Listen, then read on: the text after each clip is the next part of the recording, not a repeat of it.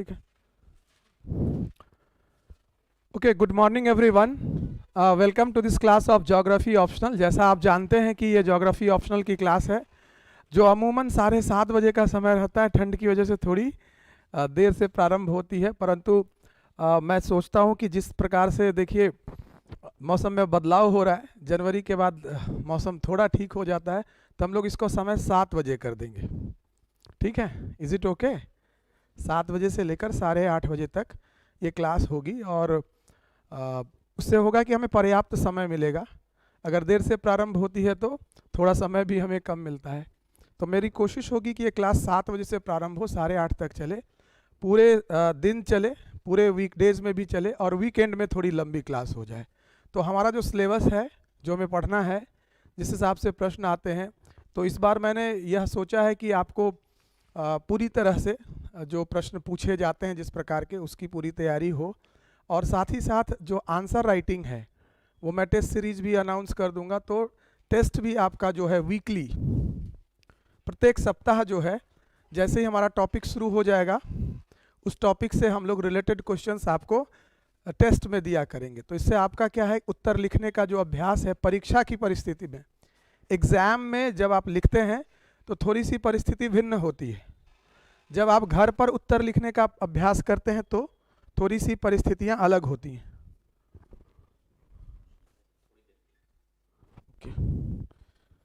तो वो डिफरेंस आपको दिखता है कि जब आप लिखते हैं घर पे, आपने महसूस किया होगा, तो थोड़ा आपको थोड़ी ज़्यादा आज़ादी होती है, थोड़ा फ्रीडम आपको ज़्यादा मिलता है। लेकिन जब आप परीक्षा में उसी चीज़ को लिखने की कोशिश करते हैं तो डिफरेंट टाइप्स ऑफ कॉन्स्टेंट्स आते हैं। वो कॉन्स्टेंट क्या है? पहला कॉन्स्टेंट होता है कि टाइम का। आप घर पर लिखते हैं तो आपके पास समय काफ़ी उपलब्ध होता है, अपने स्पीड से सोच कर लिखते हैं। लेकिन एग्ज़ाम में क्विक रिस्पॉन्स की आवश्यकता होती है। क्वेश्चन देखते ही आपके दिमाग में उसका फॉर्मेट आ जाना चाहिए। तो ये कोई ऐसा नहीं है कि it is something which is बहुत ज़्यादा अनोखा चीज़ है। ये प्रैक्टिस से आता है। क्वेश्चन देख के ही रिस्पॉन्स, और जितना बार आपका अभ्यास रहेगा उतना जल्दी रिस्पॉन्स होता है। It's all about practice, it's not about concept.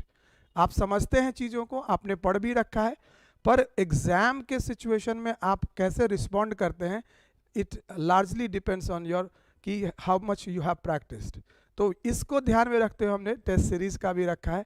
Offline के स्टूडेंट्स के लिए वो बिल्कुल कोर्स के साथ ही इंटीग्रेटेड है। दे डोंट नीड टू उसको अलग से इनरोल करने की आवश्यकता नहीं है, इसके साथ ही आपका हो जाएगा। जो ऑफलाइन के स्टूडेंट्स हैं वो चाहें तो उसको ज्वाइन कर सकते हैं, वो काफ़ी अच्छा, और वो हम लोग ऑनलाइन भी अवेलेबल करा देंगे जो छात्र देना चाहते हैं, या वह ऑफलाइन में ऑनलाइन क्लास करते हैं, ऑफलाइन में टेस्ट देना चाहें वीकेंड में, तो उनके लिए भी उनका भी बहुत बहुत स्वागत है। और मैं उसका डिस्कशन भी कर दूंगा कि और किसने क्या गलती की, खासकर जो हमारे स्टूडेंट्स हैं, लिखने के दौरान उसमें क्या भूल हुई, ऑर्डरिंग की भूल हुई, या मैप बनाने में हुआ, उसकी लेबलिंग प्रॉपर नहीं थी, जहाँ जहाँ नंबर आपके थोड़े डिडक्ट हो सकते हैं, उसकी भी चर्चा मैं आपके साथ करूँगा, सो दैट कि आपका इस बार सिलेक्शन हो जाए। मेरा पूरा पर्पस मेरा पूरा क्लास का पर्पस यही है कि आप जो है छूटे नहीं। क्योंकि देखिए अपॉर्चुनिटी हर बार नहीं मिलती, सोचता है चलो अगले बार करेंगे ये। अगर इस बार मौका मिला है तो 200% लगाइए, क्योंकि civil services exam is uncertain in nature. कभी लगेगा कि अभी ये ठीक है, अगली बार इसको अच्छा करके देखेंगे। मैं अपने अनुभव से जानता हूँ कि आप कई बार जब परीक्षा देते हैं आपको लगता है बेहतर परिस्थिति में, लगता है, होता नहीं है। क्योंकि क्या परिवर्तन के साथ प्रश्न आएंगे और आप उसके लिए कितना तैयार हैं, ये भी थोड़ा सा अनप्रिडिक्टेबल चीज़ है। और देखिए जिस हिसाब से लगातार परिवर्तन हो सकता है कि बीपीएससी भी अपने पूरे पाठ्यक्रम में बदलाव कर दे आने वाले समय में, तो उसके साथ ये एडजस्ट करना आपके लिए हो सकता है थोड़ा ये हो जाए। तो ये जो है 66 का एग्ज़ाम, अभी तक उन्होंने कोई चेंज नहीं बताया, तो ये आपके लिए बहुत बड़ा अपॉर्चुनिटी है। 67 अगर आता है, हो सकता है बड़े बदलाव के साथ आए, तो it will become difficult then. वैसी परिस्थिति में आपको फिर एडजस्ट करने में समय लगेगा, तो अपॉर्चुनिटी मिस नहीं करना है। 66 में जो लोग टेस्ट ऑनलाइन नहीं होगा, क्योंकि देखो ऑनलाइन टेस्ट में जो है ना, वो बहुत, मैं क्वेश्चन अवेलेबल करा दूंगा, ठीक है, कुछ मॉडल आंसर भी अवेलेबल करा दूंगा ऑनलाइन में, लेकिन टेस्ट को आयोजित ऑनलाइन में कैसे करेंगे आप? It is very difficult to organise मतलब test on online platform, because कि उसमें आप पे फिर कैसे होगा, आप एग्ज़ाम का थोड़ा होना चाहिए ना, उसकी परिस्थितियाँ जिस प्रकार की होती हैं। तो इसलिए मैं चाहूँगा कि जो लोग देना चाहते हैं वीकेंड में ही करेंगे और आपकी सहूलियत से करेंगे। मान लो आप वीकेंड नहीं भी आ सकते हो, तब भी हम लोग यहाँ पर अगर आप आ जाते हैं तो आपको टेस्ट पेपर और वो उपलब्ध करा देंगे, आप लिख कर सबमिट करके चले जाइए, तो हम इवालुएट करके आपको उसको स्कैन करके बाद में भेज देंगे। ये कर सकते हैं, that can be done, but test को ऑर्गेनाइज करना ऑनलाइन में वो थोड़ा सा मुझे लगता है कि उतना अच्छा नहीं होगा, लाभकारी। देखिए, for the sake of organising test, this is not my purpose. मेरा उद्देश्य नहीं है कि जस्ट टेस्ट करवा दिया और ना कोई फीडबैक दिया। देखिए, दुनिया भर का टेस्ट सीरीज शुरू हो गया, जैसे ये तो मौसम है ना, this is the season of exam, and उस समय में अनेक कहते हैं ना कि बरसात जब आती है तो बहुत सारे मेढक टरटराने भी लगते हैं, तो ये मौसम है, सीजन है। लेकिन क्या है कि क्वेश्चंस जो आते हैं, क्वेश्चंस उसका आंसर क्या होना चाहिए, ठीक है, उसको कैसे प्रिपेयर करना चाहिए, वो समझना ज़्यादा ज़रूरी है, रादर देन कि आपको एक टेस्ट पेपर दे दिया। क्योंकि जब आप लिख कर मुझे देते हैं तब ये पता बताने वाला होना चाहिए कि एक्चुअली उसमें क्या होना चाहिए। तो वो आपको फीडबैक नहीं, सिर्फ टेस्ट देने से क्या फ़ायदा, उस टेस्ट का कोई मतलब नहीं। तो फिर तो क्या है, आप अपनी गलतियों को दोहराते चले जाएंगे और आपको पता भी नहीं चलेगा कि इसमें सुधार की गुंजाइश कहाँ थी। तो मुझे लगता है कि offline test is the best medium, और हम लोग ऑफलाइन में ही करेंगे। हाँ, आपको फीडबैक वगैरह ऑनलाइन के माध्यम से हम ज़रूर अवेलेबल करा देंगे। अगर टेस्ट का डिस्कशन है वो आपको ज़रूर अवेलेबल हम करा सकते हैं ऑनलाइन के माध्यम से। लेकिन टेस्ट अगर देना है तो वो मुझे लगता है कि ज़्यादा प्रॉपर होगा कि ऑफलाइन में हो। उसके बाद हमारे जो क्लासरूम स्टूडेंट्स हैं वो रेगुलर बेसिस पे आंसर लिखते ही हैं, जिसको मैं इवैल्यूएट करता रहूँगा, वो काम चलता रहेगा। अपार्ट फ्रॉम दैट, ये जो हम लोग डेली बेसिस पे करें ये तो है ही, मेंस के लिहाज से कहते हैं आपको 3 घंटे में 6 प्रश्न लिखने का जो अभ्यास है वह भी हम जैसे टॉपिक शुरू करेंगे उसके बाद कर देंगे, ठीक है। तो ये मेरी योजना है और आप सबों का सहयोग भी अपेक्षित है उसमें, और उससे क्या होगा कि आप, चूँकि समय कम है ना, तो एग्ज़ाम का जो रिक्वायरमेंट है उसके हिसाब से आप प्रिपेयर हो सकेंगे। तो हमारी जो चर्चा है ज्योग्राफी ऑप्शनल में, मेरी कोशिश इस बार ये रही है कि चूँकि इसमें 67th के भी स्टूडेंट्स हैं, वैसे देखिए ये सब मिक्सचर ऑफ स्टूडेंट्स, जहाँ पे कि स्टूडेंट्स का डिफरेंट लेवल ऑफ अंडरस्टैंडिंग है। बहुत लोगों ने अभी शुरू किया है, बहुत लोगों ने थोड़ा पढ़ रखा है, 66 दे रहे हैं, कुछ लोग 67 टारगेट है। तो वैसे में एक बड़ा ही कहते हैं ना, एक कॉमन स्ट्रैटेजी बनाना और उस हिसाब से पढ़ाना एक बड़ा मुश्किल काम होता है। बट मैंने क्या कोशिश की है इस क्लास के अंदर कि ऐसी स्ट्रैटेजी अपनाई जाए जिससे नए छात्र को भी फ़ायदा हो जाए, पुराने छात्र जो हैं या जो पढ़ चुके हैं उनको भी थोड़ा सा अपना इम्प्रूवमेंट मिल जाए। तो इसलिए मैंने प्रारंभ इस बात से किया था कि आप सिलेबस को समझो। सिलेबस को क्यों समझना जरूरी है, बिकॉज डिफरेंट टॉपिक्स उसके अंदर हैं और उसके अंदर सब टॉपिक्स हैं। तो इन टॉपिक्स और सब टॉपिक्स का अगर आपको आइडिया है तो आप बहुत आसानी से ये समझ सकते हैं कि इससे क्या प्रश्न पूछा जा सकता है, उसका क्या नेचर हो सकता है, जिसकी चर्चा हमने अभी तक की है, और उसी चर्चा को हम आज आगे बढ़ाते हैं। दूसरा जो हमने किया है कि सिलेबस के डिस्कशन को हमने सिर्फ सिलेबस डिस्कशन नहीं रखा है, it's not a passive activity. ये नहीं कि ये बिल्कुल से पैसिव एक्टिविटी है, हमने इसमें आपका पार्टिसिपेशन इस रूप में इंश्योर किया है कि आप एनसीईआरटी की किताब भी पढ़ते चले जाएं, ताकि जो बेसिक है वो आपका क्लियर हो जाए, एक अंडरस्टैंडिंग डेवलप हो जाए। बहुत सारे छात्र जो ज्योग्राफी में स्ट्रगल करते हैं उसका एक रीज़न यह भी होता है लैंग्वेज, कि हम कैसे लिखें। तो वो भी आपको एनसीईआरटी की किताब अगर आप पढ़ते हैं तो वो आपके पास एक कुछ टेक्निकल वर्ड्स जो ज्योग्राफी की शैली होनी चाहिए वह भी थोड़ा सा आपको मिल जाता है। इसलिए मैं इनकरेज करता हूं, जो खासकर पुराने स्टूडेंट हैं दे नो दिस, लेकिन जो लोगों ने अभी ज्वाइन किया है, रिलेटिवली नए हैं ज्योग्राफी में, तो उनको मेरा लेक्चर सुनना चाहिए जो मैंने डिस्कशन किया है डिफरेंट टॉपिक्स पे, और ये सब आपको अवेलेबल है।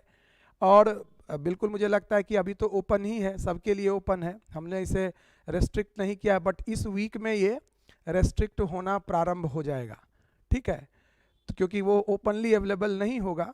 लेकिन जो मैंने डिस्कशन किया है, अगर आप हम मुझे सुन पा रहे हैं तो आप एनसीईआरटी की किताब और जिस हिसाब से टॉपिक डिस्कशन किया है तो आप ये मानकर चलें कि 60-70% आपका प्रिपरेशन इतने से ही हो जाएगा, यानी उस टॉपिक की समझ, उसका कंटेंट भी। बाकी के जो 30-40% हैं वो थोड़ा रिक्वायर्ड है आंसर का इम्प्रूव करने के लिए, आंसर में और भी ज़्यादा डायमेंशन को एक्सप्लोर करने के लिए, या बीपीएससी में जो अलग तरह की चीज़ें पूछी जाती है जो एनसीईआरटी में बहुत लिमिटेड स्कोप है उसका एनसीईआरटी का, तो वो थोड़ा सा उसमें विस्तार की आवश्यकता होती है, तो वो मैं अपने क्लास में प्रारंभ कर दूंगा। तो आज जो हमारी चर्चा है, पिछले क्लास में हमने ओशनोग्राफी की चर्चा की थी, आज हम चर्चा करते हैं जो एक और महत्वपूर्ण टॉपिक है इकोसिस्टम, उसकी बात करते हैं, उससे कैसे प्रश्न पूछे जाते हैं। आई होप सभी के पास सिलेबस होगा, आप सिलेबस को देखिए। सिलेबस में अगर आप ध्यान पूर्वक देखेंगे, और फिर मैं आज कुछ प्रश्नों की भी चर्चा करूंगा क्या प्रश्न पूछते हैं, फिर इंडियन ज्योग्राफी का भी कुछ डिस्कशन आज करेंगे, क्योंकि देखिए इंडियन ज्योग्राफी को फिजिकल ज्योग्राफी के साथ करना है। साथ करना है का मतलब उसके जो टॉपिक्स हैं रिलेटिवली ईजियर हैं, कैसे पढ़ना है वो हम आपको थोड़ा थोड़ा बताते जाएंगे। तो ज्योग्राफी आपका टॉपिक भी करते जाएंगे, उधर से आप इंडियन ज्योग्राफी के भी छोटे छोटे टॉपिक्स हम लोग करते हुए चले जाएंगे, तो हमारा सिलेबस जो है वो समय पर ख़त्म होने की स्थिति में होगा। देखिए जो आपका हमने जियोमॉर्फोलॉजी की बात की कि उसके अंदर क्या क्या टॉपिक्स हैं, कैसे पढ़ना है, एनसीईआरटी के अंदर क्या क्या है, जिसको आप पढ़ लीजिएगा तो आपका बेसिक अच्छा हो जाएगा, इसकी चर्चा की।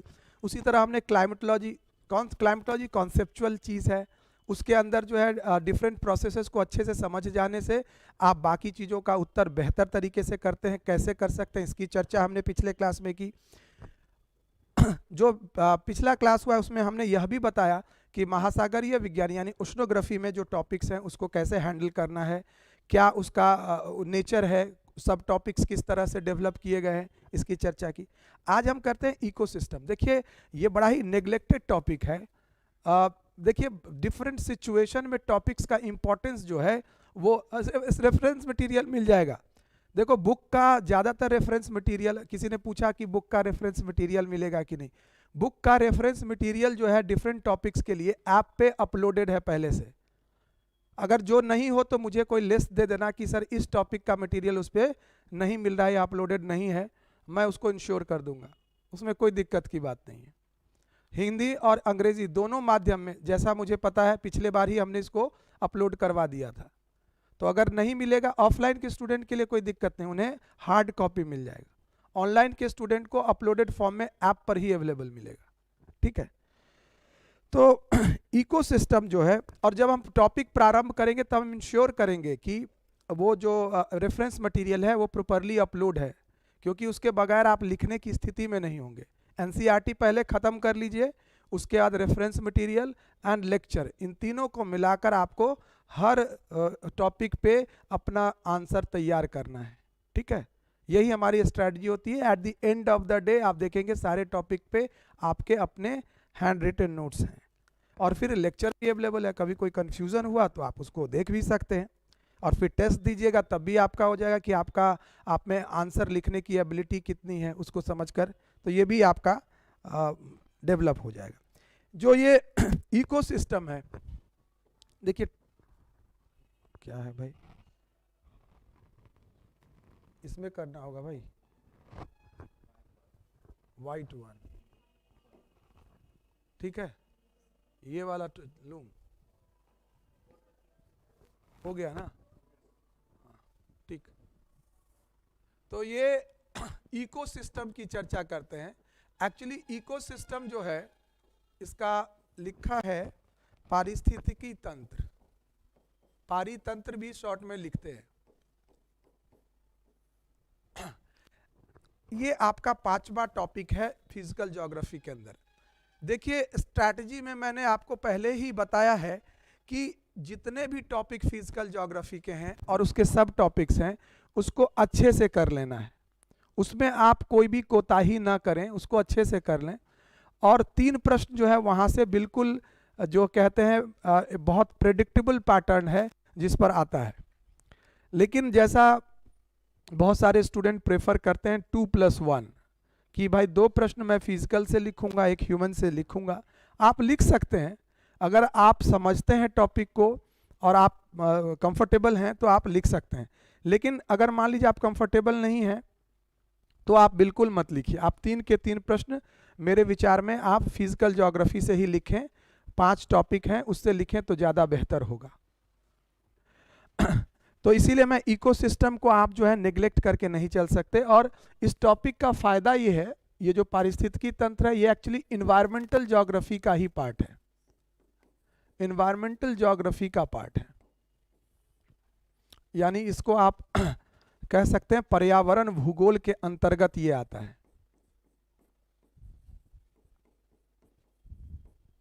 क्या पढ़ना है, that is very very important. अगर टॉपिक्स को देखें तो पहला है कि इकोसिस्टम का कॉन्सेप्ट क्या है, कॉन्सेप्ट ऑफ इकोसिस्टम, संकल्पना इसकी क्या है। अगर आप पारिस्थितिकी तंत्र को देखिएगा तो इसका कॉन्सेप्ट बहुत सिंपल है। देखिए क्या है, ये सिस्टम है, इट्स अ इकोसिस्टम। जब भी सिस्टम है, system is the set of elements. System हमेशा क्या होगा, उसके अंदर डिफरेंट एलिमेंट्स होंगे, विभिन्न तत्व होते हैं। एक सिस्टम के अंदर में क्या होगा, एक एलिमेंट्स, विभिन्न तत्वों का ये एक सेट होता है।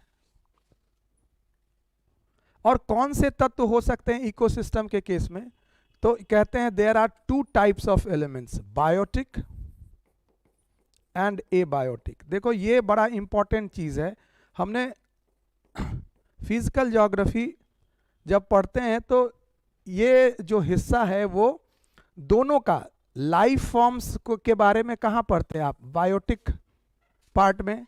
और जो लाइफ नहीं है जहां, वो क्या है, एबायोटिक, जैविक और अजैविक। इन दोनों के बीच क्या होता है, इंटरैक्शन होता है, अंतर क्रियाएं। अंतर क्रिया का परिणाम ही क्या है, ये इकोसिस्टम है। किसी भी जगह आप देखेंगे ये दोनों में वेरिएशन मिलता है। एबायोटिक का मतलब क्या हुआ, एबायोटिक का मतलब हुआ कि कोई भी जीव सरवाइव करने के लिए क्या करता है, अपने सराउंडिंग के साथ इंटरैक्ट करता है। जैसे ह्यूमन बीइंग का आप सोचें तो क्या है, हम लोग सनलाइट पे डिपेंड करते हैं, we depend on the air, we depend on the soil, everything abiotic है। और उससे क्या हमारा लाइफ फॉर्म डेवलप होता है। इट इज ट्रू अबाउट सारे तरह के, जैसे ह्यूमन बीइंग है उसके नीचे का एनिमल्स है, प्लांट्स है, everything is constantly interacting between, मतलब there is a constant interaction between biotic and abiotic elements.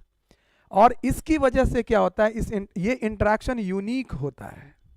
एक खास तरह के इकोसिस्टम में इट इज यूनिक। उसके अंदर आप देखिएगा कि ये जो इंटरैक्शन है बायोटिक और एबायोटिक का, it's a biotic element and abiotic. Abiotic में आप लिख सकते हैं सॉइल है, सनलाइट है, मिनरल्स है ना, एयर है, all these are part of abiotic. और बायोटिक जो जितने भी आपके लाइफ फॉर्म्स हैं, from microorganisms to human being, आप जा सकते हैं, किसी भी level of organisation can be different. तो बायोटिक का क्या है, रेंज है, all the life form, all life forms, चाहे वो प्लांट हो, प्लांट का रूप हो सकता है वह, या एनिमल का रूप हो सकता है, चाहे वो वनस्पतियां हो, चाहे वो वन्य जीव हो, all type of life forms is a part of biotic element.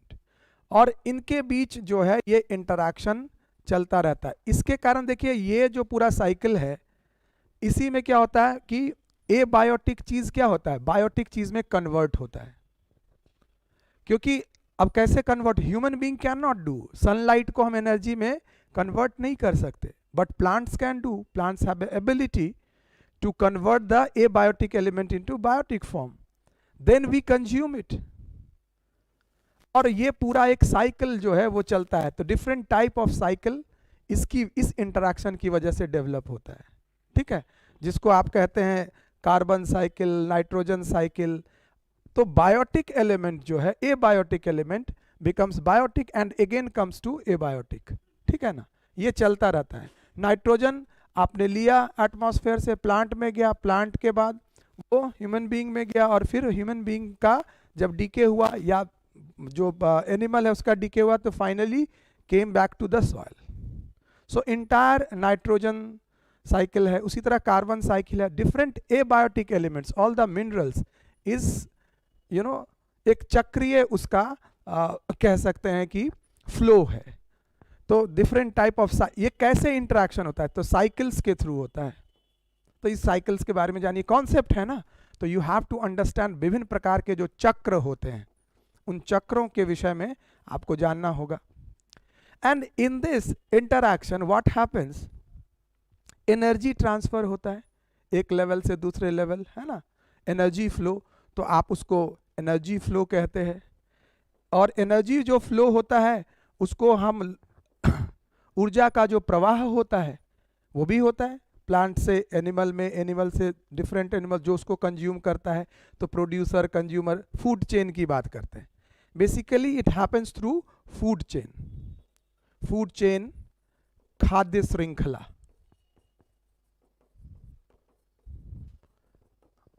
Food web, है ना, फूड चेन, फूड वेब। तो डिफरेंट टाइप ऑफ, देखो तो चूंकि होता क्या, what happens, because we have a variety of abiotic conditions. Abiotic condition क्या है, वेराइटी है, कहीं क्या है, कहीं वेजिटेशन बहुत लग्जरियस है, कहीं डेजर्ट लाइक कंडीशन है, कहीं वाटर है। तो we have a variety of surroundings. तो क्या होगा, इंटरैक्शन जो बायोटिक और एबायोटिक के बीच क्या होगा, वो यूनिक होगा, उतने तरह का होगा। फॉरेस्ट के अंदर अलग तरह का इकोसिस्टम होगा, ग्रासलैंड का अलग इकोसिस्टम होगा, मरीन लाइफ जो है, समुद्री जो वातावरण है उसमें अलग तरह का इंटरैक्शन होगा। So different type of ecosystem will evolve according to the biotic and abiotic conditions, और इनके इंटरैक्शन जो है यूनिक होता है। तो वो हमें क्या है ये जानना है, कितने तरह के इकोसिस्टम होते हैं, कितने तरह का ये इंटरैक्शन होता है। And there are lot of technical terms जो है वह भी इसके अंदर यूज होते हैं। जैसे आपको बताया फूड चेन है, उसके बाद जो कहते हैं बायोटिक, एबायोटिक की अगर बात करेंगे, इकोसिस्टम की बात करेंगे, तो we have to talk about different types of ecosystem. विभिन्न प्रकार के जो पारितंत्र हैं उसके विषय में हमें जानना है कि उसमें कैसे एनर्जी फ्लो हो रहा है, किस तरह से उसका डेवलपमेंट हुआ है। All these things we have to understand. तो इसके अंदर हम लोग विस्तार से पढ़ेंगे डिफरेंट टाइप्स ऑफ इकोसिस्टम, कैसे इंटरेक्शन होता है। तो देखिए, अगर हम इसको कितने अच्छे से समझ सकते हैं, अगर हम सॉइल को समझते हैं, किस तरह का सॉइल है, कहाँ किस प्रकार की वर्षा है, तो इस टॉपिक को हमेशा क्लाइमेटोलॉजी और उष्णोग्राफी के बाद करना चाहिए, है ना। पहले अगर आप क्लाइमेटोलॉजी कर लेते हैं, क्योंकि क्लाइमेट जो है वो बड़ा इंपॉर्टेंट फैक्टर है कि किस तरह का सॉइल डेवलप होगा, कितनी वर्षा होगी। तो जो फिजिकल कंडीशन है लाइफ फॉर्म्स के लिए, अगर आप उससे परिचित हैं तो इस इंटरेक्शन को समझना ज़्यादा आसान होगा। तो ऑलवेज पहले क्लाइमेटोलॉजी को पढ़ लीजिए, फिर बायोजियोग्राफी है। बायोजियोग्राफी का मतलब वही बायोटिक लाइफ के लिए वही बायोजियोग्राफी है। इसका जो अध्ययन करते हैं डिफरेंट टाइप ऑफ जो प्लांट एंड एनिमल्स हैं, उनका जो डेवलपमेंट पर्टिकुलर जोग्राफिकल इन्वायरमेंट में हुआ है, वही बायोजियोग्राफी के अंदर है। तो उसके लिए बहुत इंपॉर्टेंट है, प्लांट के लिए क्या जरूरी है, सॉइल। सॉइल के बगैर प्लांट का एग्जिस्टेंस पॉसिबल नहीं है। तो इसीलिए पहले आपको सॉइल पढ़ना होता है। तो बायोटिक लाइफ में चूंकि सॉइल के अंदर भी अनेक प्रकार के माइक्रो ऑर्गेनिजम्स पाए जाते हैं, तो जब आप पढ़ते हैं बायोजियोग्राफी तो सॉइल भी पढ़ते हैं। इसलिए आप देखिए, मृदा उत्पत्ति और वर्गीकरण एक टॉपिक है, 3रा नंबर। तो सॉइल पहले पढ़ लीजिए, और उसके बाद जो है मृदा की उत्पत्ति, वर्गीकरण और वितरण, यानी तीनों चीजें हैं। वो कैसे जेनेसिस, सॉइल जेनेसिस उसका बताना है। उसके बाद उसका डिस्ट्रीब्यूशन कहाँ कहाँ है और कितने तरह के हैं, टाइप्स। ये 3 एस्पेक्ट हैं सॉइल के। उसके बाद आपको पढ़ना है जीवोम। जीवोम भी एक तरह का लार्ज इकोसिस्टम ही होता है ना। जैसे हमने इकोसिस्टम की बात की ना, इकोसिस्टम के डिफरेंट लेवल्स हो सकते हैं, at micro level and macro level. अगर आप कॉन्टिनेंट के लेवल पे you are looking at, it means it's biome, जीवोम कहते हैं। इंटायर इक्वेटोरियल फॉरेस्ट आपने ले लिया, इंटायर आपने सवाना ले लिया, तो इट्स अ कॉन्टिनेंटल स्केल पर जो इकोसिस्टम है दैट इज कॉल्ड बायोम, जीवोम कहते। तो डिफरेंट टाइप्स ऑफ बायोम भी जो सिलेबस का आपका हिस्सा है, जो सॉइल एंड वेजिटेशन के अंतर्गत, उसको पढ़ना है। बहुत लिमिटेड टॉपिक है, but if you understand soil, उसके जेनेसिस को जानते हैं, तो it's become very easy to understand monsoon और मॉनसून वन जीवोम, यानी मॉनसून फॉरेस्ट बायोम पढ़ना है। यानी मॉनसूनल फॉरेस्ट जहाँ डेवलप होता है वहाँ वनस्पतियाँ किस प्रकार की होती हैं और उसमें किस तरह के लाइफ और इकोसिस्टम का भी, क्योंकि हमेशा क्या पूछेगा, इकोलॉजिकल एस्पेक्ट्स ऑफ बायोम। ये बड़ा इंपॉर्टेंट बात है। क्या पूछेगा? Ecological aspect of the biome, चाहे वो मॉनसून का हो। इकोलॉजिकल मॉनसून फॉरेस्ट बायोम के बारे में पढ़ना है। इकोलॉजिकल एकदम सिंपल आएगा कि मॉनसून वन बायोम के पारिस्थितिकी पहलू की चर्चा कीजिए। एकदम सिंपल फिक्स क्वेश्चन है, कभी इसमें बहुत परिवर्तन नहीं हुआ है। आप देख लीजिए प्रीवियस ईयर के क्वेश्चन। तो अगर आपको इसका आइडिया है इकोसिस्टम का और इसको रिलेट करके आप लिखते हैं मॉनसून फॉरेस्ट बायोम, तो बहुत अच्छा नंबर मिलेगा। इसलिए मैं क्या करूंगा कि जब आपको बायोम पढ़ाऊंगा तो उससे पहले concept of ecosystem I will discuss, so that it can be fruitfully utilised in biogeography. जो सॉइल एंड वेजिटेशन पढ़ना है वहां पर आप इसका प्रयोग करेंगे तो आपको ज़्यादा अंक मिलेंगे, क्योंकि प्रश्न जो है वो पूछा जाता है ecological aspect of monsoon forest, और या दूसरा जो आपको पढ़ना है सवाना। सवाना क्या है? ग्रासलैंड है। तो एक फॉरेस्ट बायोम पढ़ना है, एक सवाना ग्रासलैंड, सवाना घास का मैदान पढ़ना। यही 2 टॉपिक पूछे जाते हैं। और ध्यान में क्या रखना है? Ecological aspect. और इकोलॉजिकल जब आप कहते ही हैं, जब आप, तो क्या बात कर रहे हैं हम लोग? बात कर रहे हैं इसका मतलब बायोटिक और एबायोटिक। यानी जैसे ही आप मॉनसून फॉरेस्ट की बात करेंगे, when ever you talk about the monsoon biome, forest biome, तो आपको क्या बताना होगा कि इसमें सॉइल कैसा बनता है, इसमें वेजिटेशन कैसा है, इसमें वाइल्ड लाइफ कैसा है ना। All these are the part of ecological aspect. और फिर इसके बीच इंटरेक्शन क्या है, यही लिखना होता है। किस तरह का क्लाइमेट है, किस तरह का के वर्षा की परिस्थितियों में मॉनसून फॉरेस्ट का विकास होगा, ठीक है। रेनफॉल कितना होता है मॉनसून के, तो वो लिखना। उसके बाद सवाना ग्रासलैंड है तो सेम सिमिलर थिंग कि ग्रास वहाँ का क्या कहते हैं, डोमिनेंट वेजिटेशन है। फिर वहाँ पे वो ग्रास क्यों, कितना वर्षा वाला, क्योंकि ग्रासलैंड जो है वो कह सकते हैं आप 50 से लेकर 150 सेंटीमीटर की वर्षा में ग्रासलैंड डेवलप हो सकता है। डिफरेंट टाइप ऑफ ग्रासलैंड्स होगा, तो उसकी चर्चा करनी है। उसका लाइफ फॉर्म कैसा है, किस तरह के इकोलॉजिकल प्लांट किस तरह के डेवलप हुए हैं, किस तरह का वाइल्ड लाइफ एनिमल वहाँ पॉसिबल है, क्योंकि एडाप्टेशन होता है। जिस तरह का इन्वायरमेंट होगा उसी तरह का एडाप्टेशन होता है, उसी तरह का। क्योंकि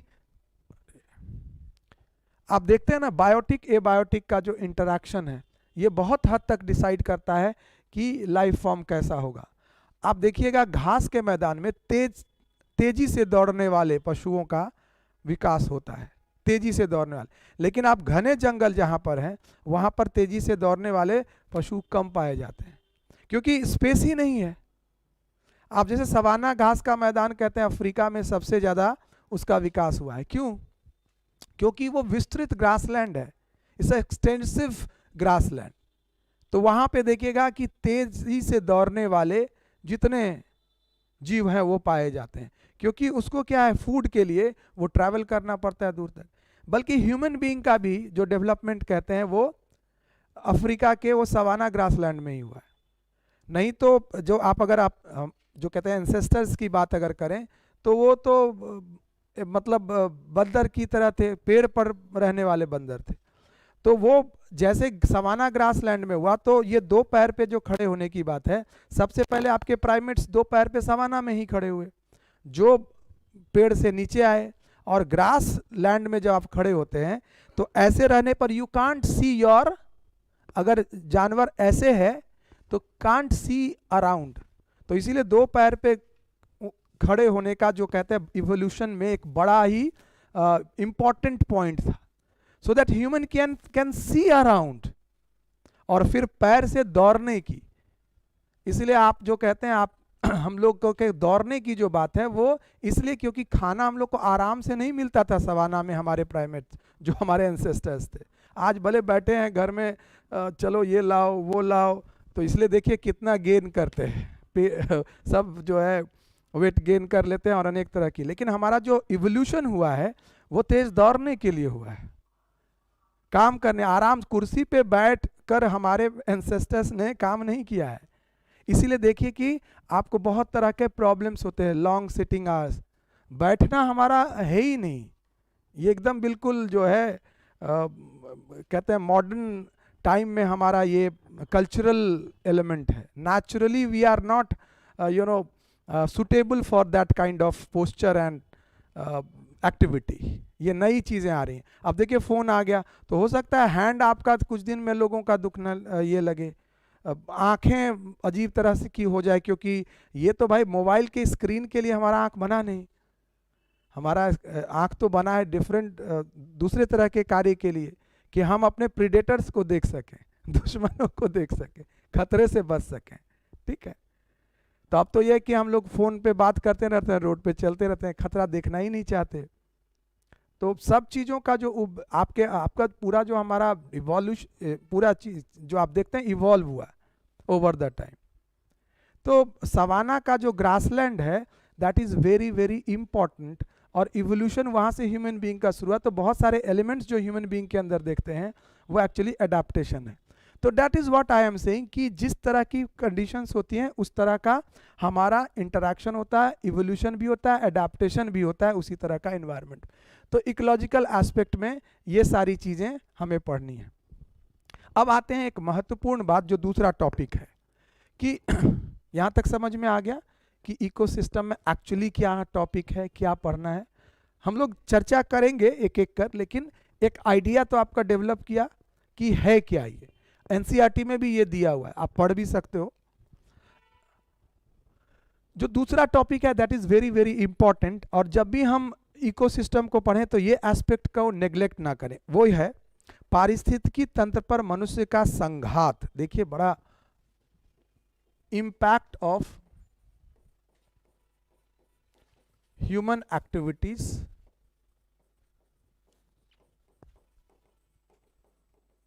ऑन इकोसिस्टम।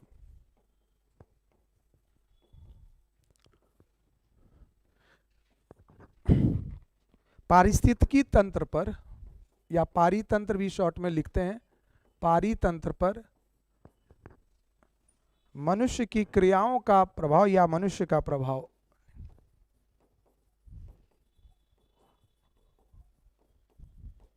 ये बहुत इंपॉर्टेंट टॉपिक है, और ये जब भी आप लिखेंगे इकोलॉजिकल एस्पेक्ट बायोम का, तो ये एस्पेक्ट भी लिखना चाहिए कि क्या ह्यूमन एक्टिविटीज की वजह से सवाना में क्या इकोलॉजिकल क्राइसिस हो गया है। आज देखो कि ह्यूमन बीइंग ने क्या किया। हमारा डेवलपमेंट नेचुरल प्रोसेस से हुआ है, लेकिन हमारा सारा काम जो है आज के समय में, चूंकि ह्यूमन बीइंग में इंटेलिजेंस जो है बाकी एनिमल से दूसरे तरह का है, we can scheme, we can think, we can plan. तो क्या है कि ये ह्यूमन बीइंग ने अपने नेचुरल सराउंडिंग्स को बुरी तरह से बदल दिया है ना। पानी, मिट्टी, क्या है, सारा एबायोटिक जो चीज़ है उसको आपने क्या किया है, पॉल्यूट कर दिया है, सॉइल को खराब कर दिया है, हवा को गंदा ही कर रहे हैं। जो नेचुरल जितने भी प्रोसेस हैं उसको क्या किया, ह्यूमन एक्टिविटीज ने पूरी तरह से डिस्टर्ब कर दिया। What are those human activities? तो human activities means humans economic activities. जैसे एग्रीकल्चर से क्या क्या नुकसान हुआ, इंडस्ट्री से क्या क्या नुकसान हुआ। हमारा तो बेसिक इकोनॉमिक एक्टिविटी क्या है, कृषि है। तो कृषि से भी क्या हुआ, पूरे इकोलॉजिकल कितने क्राइसिस हो गए हैं।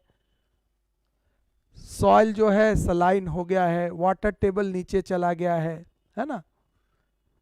तो एग्रीकल्चर का क्या इम्पैक्ट है पूरे इकोसिस्टम पे। उसके अलावा इंडस्ट्री लगी है, तो इंडस्ट्री से क्या हुआ है, एयर पोल्यूशन, सबसे ज्यादा एयर पोल्यूशन इंडस्ट्री हुआ। उसके बाद ह्यूमन बीइंग में एक और किया आपने लिए, एक नए तरह का सेटलमेंट, अर्बनाइजेशन, शहरीकरण।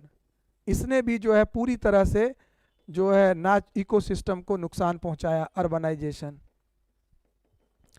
तो जब भी आप बात करेंगे ना ह्यूमन एक्टिविटीज की, तो इन टर्म्स में बात करो कि इंडस्ट्रियलाइजेशन होने से, कृषि के विकास से, शहरीकरण से किस प्रकार से जो है इकोसिस्टम जो है बुरी तरह से प्रभावित हुआ है।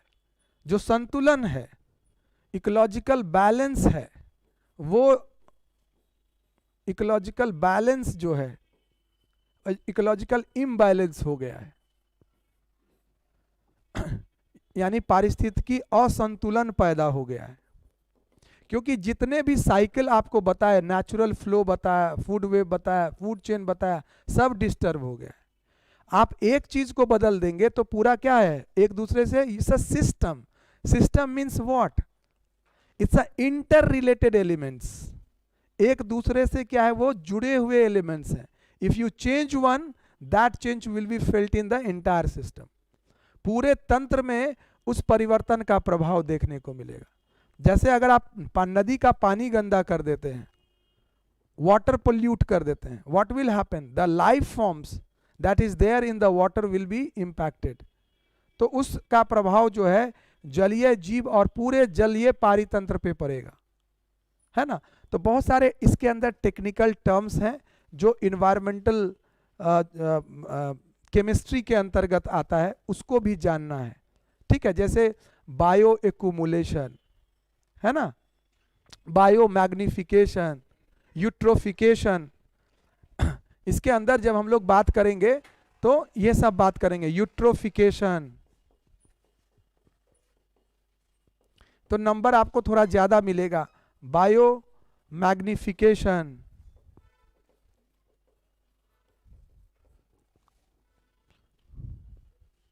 जैव प्रवर्धन बोलते हैं इसको हिंदी में।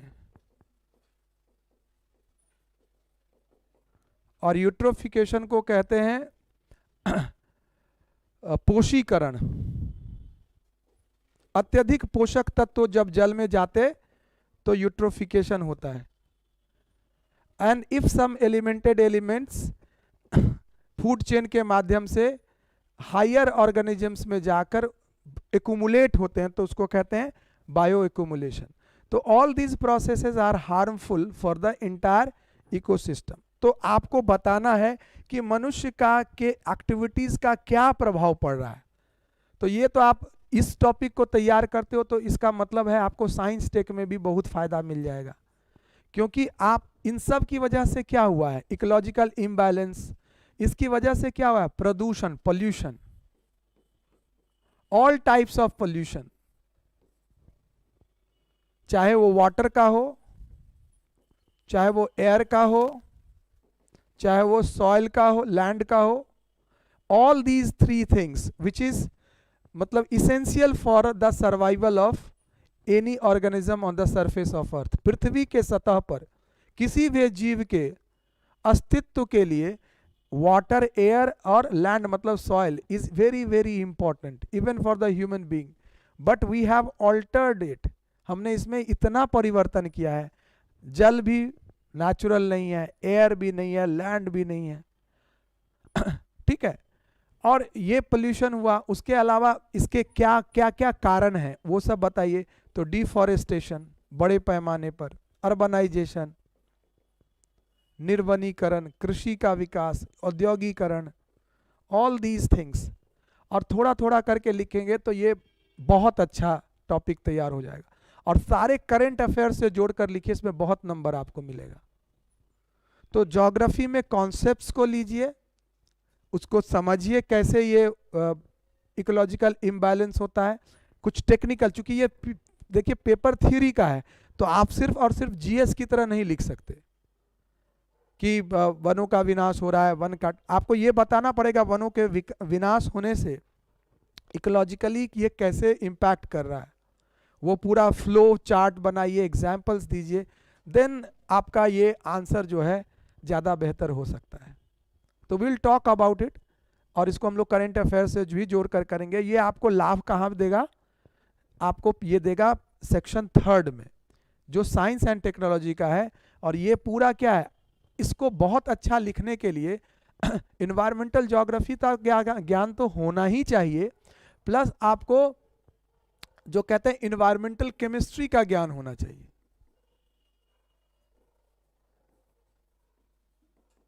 किस तरह से परिवर्तन हो रहा है, इन्वायरमेंटल केमिस्ट्री का बहुत अच्छा ज्ञान होना चाहिए, पॉल्यूटेंट्स का पता होना चाहिए।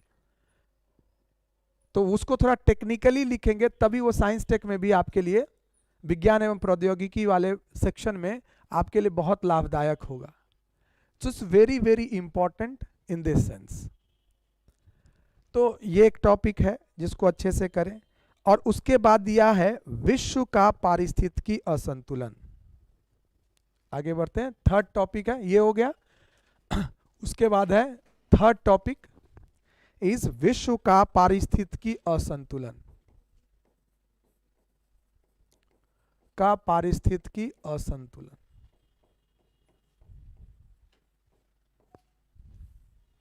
Global ecological imbalance. अब देखो ये जो टॉपिक है, ये सब बहुत आसान टॉपिक है और अच्छे से तैयार करना चाहिए, और हर बार किसी न किसी रूप में पूछा जाता है। क्योंकि देखिए बीपीएससी का जो प्रेजेंट पैटर्न है उसमें आप देखेंगे कि मात्र एक प्रश्न 50 नंबर का आता है, वो जियोमॉर्फोलॉजी से। बाकी जो आपके 4 सेक्शन हैं, क्लाइमेटोलॉजी, ओशनोग्राफी, बायोजोग्राफी यानी मृदा और वनस्पति, और इकोसिस्टम, ये जो आपके 4 टॉपिक हैं ये हमेशा कॉम्बिनेशन में आते हैं, ए बी करके 25-25 नंबर के। तो वैसी परिस्थिति में क्या है कि आपको सारे टॉपिक करना चाहिए। हो सकता है ओशनोग्राफी से अच्छा क्वेश्चन पूछा, आप तैयार करके भी गए, और दूसरा बना दिया ग्लोबल इकोलॉजिकल बैलेंस, और सिंपल क्वेश्चन आता है, discuss global ecological imbalance, what are the major events of global ecological imbalance, कौन कौन सी घटनाएं जो है पारिस्थितिकी असंतुलन से संबंधित। और इसी तरह के एकदम सिंपल क्वेश्चन आएंगे कि क्या एडवर्स इंपैक्ट इकोसिस्टम पे ह्यूमन एक्टिविटीज का पड़ रहा है। तो लिखने के लिए बहुत जगह है यहाँ, और इस पर काम करेंगे, आंकड़े देंगे, मानचित्र बनाएंगे। आप बताइए कि कहाँ पर पोल्यूशन ज़्यादा है, क्योंकि geography is all about map बनाना है, और इसमें मैप भारत का नहीं बनाना है, ये एक अंतर आएगा। You are talking about GS, तो आप बात किसकी कर रहे हैं, you are talking about India. जब आप यहाँ पे बात कर रहे हैं, we are talking about the whole world, पूरे विश्व में जो समस्या है उसको करना है। तो एग्जाम्पल्स आपको डिफरेंट कंट्रीज का देना है कि उस कंट्री में जहाँ पर ज़्यादा वनों की कटाई हो रही है उसकी वजह से क्या हो रहा है, अर्बनाइजेशन का क्या इम्पैक्ट पड़ा, पॉल्यूशन वर्ल्ड लेवल पे कितना है, ग्लोबल लेवल पे, इसकी बात करनी है।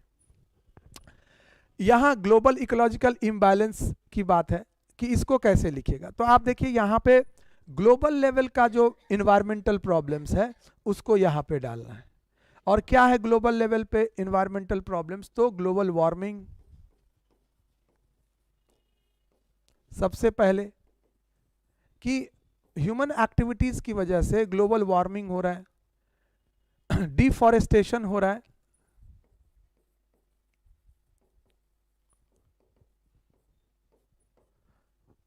कॉज भी है, इफेक्ट भी है। सी लेवल चेंज आ रहा है इसकी वजह से।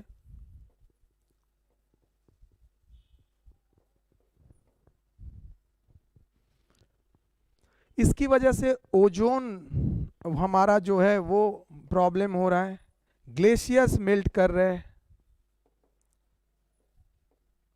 तो ग्लोबल लेवल पे जो प्रॉब्लम्स हैं वो सब यहाँ पे जो विश्व का पारिस्थितिकी असंतुलन एट ग्लोबल लेवल है उसकी चर्चा हम करेंगे।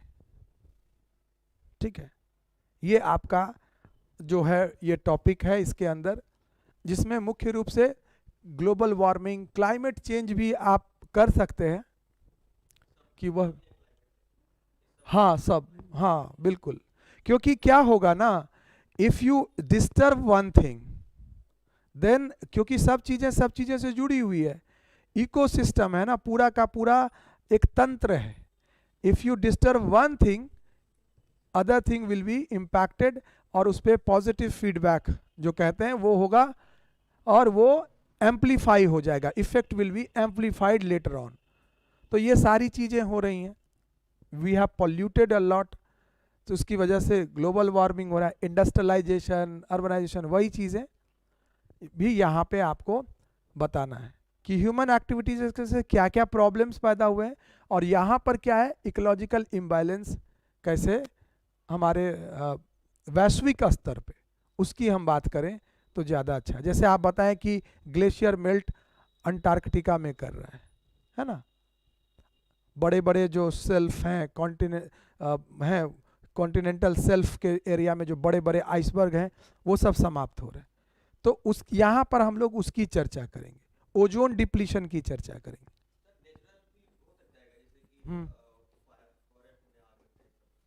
हाँ, फॉरेस्ट फायर भी है ही, बिल्कुल उसको भी आप रख सकते हैं। जैसे देखिए डिफॉरेस्टेशन हो रहा है तो दैट इज एक आप इंटेंशनली कट कर रहे हैं, और एक है कि वन जो है विनाश हो रहा है फॉरेस्ट फायर की वजह से भी, ह्यूमन एक्टिविटीज वैसी हैं, वर्षा कम हो गया है, तो ऑल दिस डेजर्टिफिकेशन ये रह गया आज के समय में। फॉरेस्ट फायर भी लिख ही लो, कोई दिक्कत नहीं है। इकोलॉजिकल हाँ इम्पैक्ट में आप जरूर लिख सकते हो कि जो डिजीजेज हैं वो फैल रहा है, महामारियां, पैंडेमिक्स कर सकते हो, बट इनडायरेक्टली नॉट डायरेक्टली। तो ये सब जो ग्लोबल इश्यूज हैं that has to be written over here, सब इकोलॉजिकल इम्बैलेंस का ही ये नतीजा है, और इसका सोल्यूशन भी थोड़ा सा देना चाहिए। सस्टेनेबल डेवलपमेंट की थोड़ी चर्चा कि कैसे इसको दूर, जैसे आप कहेंगे कि ये चीजें हैं, प्रॉब्लम है, but how it can be reversed, how it can be corrected, इसको कैसे दूर कर सकते हैं, इसको को उपाय कर सकते हैं। तो इसका उपाय क्या है, सस्टेनेबल डेवलपमेंट।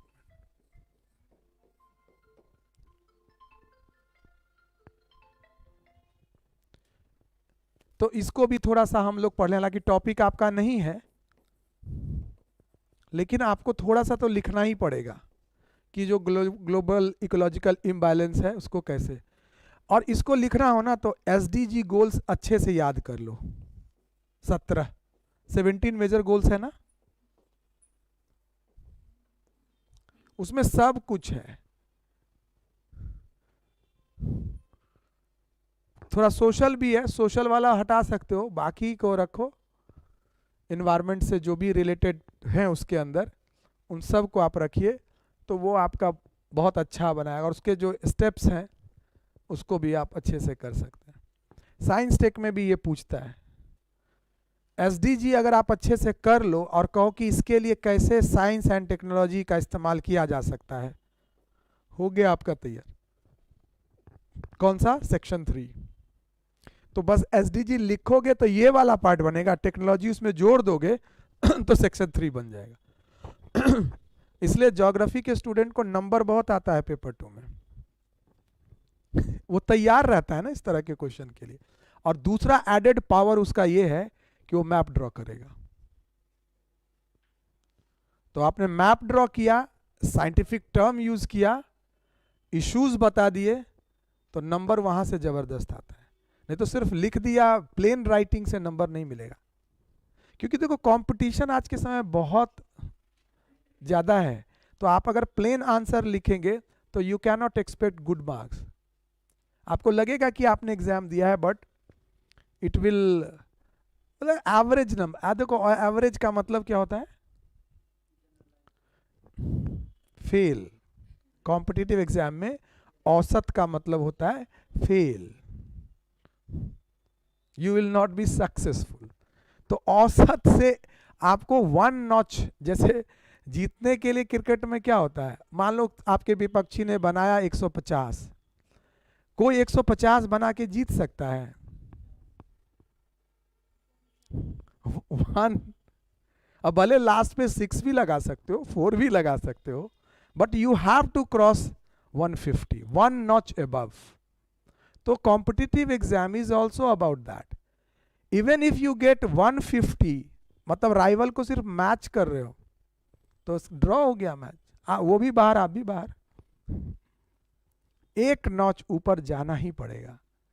और ये हार्ड ट्रूथ है एग्जाम का, and very few people realise this, कि exam is not about your convenience.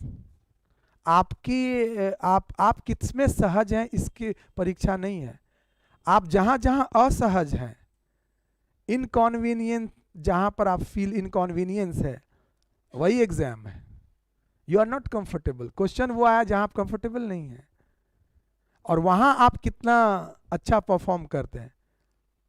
Dry dead pitch पे तो कोई भी बैट्समैन चलता है। जब बॉल स्विंग कर रही हो, इतना ऊंचा आ रहा हो, सिर फूटने का डर हो, नाक टूटने का डर हो, तब जो सरवाइव करता है, ही इज द विनर।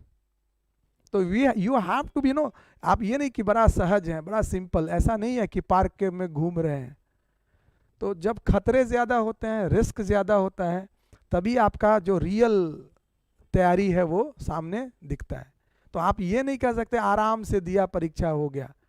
वो जमाना था कभी, अब नहीं है। अब कंपटीशन बहुत ज्यादा है, ये हार्ड ट्रूथ है, हार्ड रियलिटी है, but we are still in frozen in that period. हमको वही लगता है 5 क्वेश्चन लिख देंगे हो ही जाएगा। कोई टीचर क्वालिटी की बात ही नहीं करता है।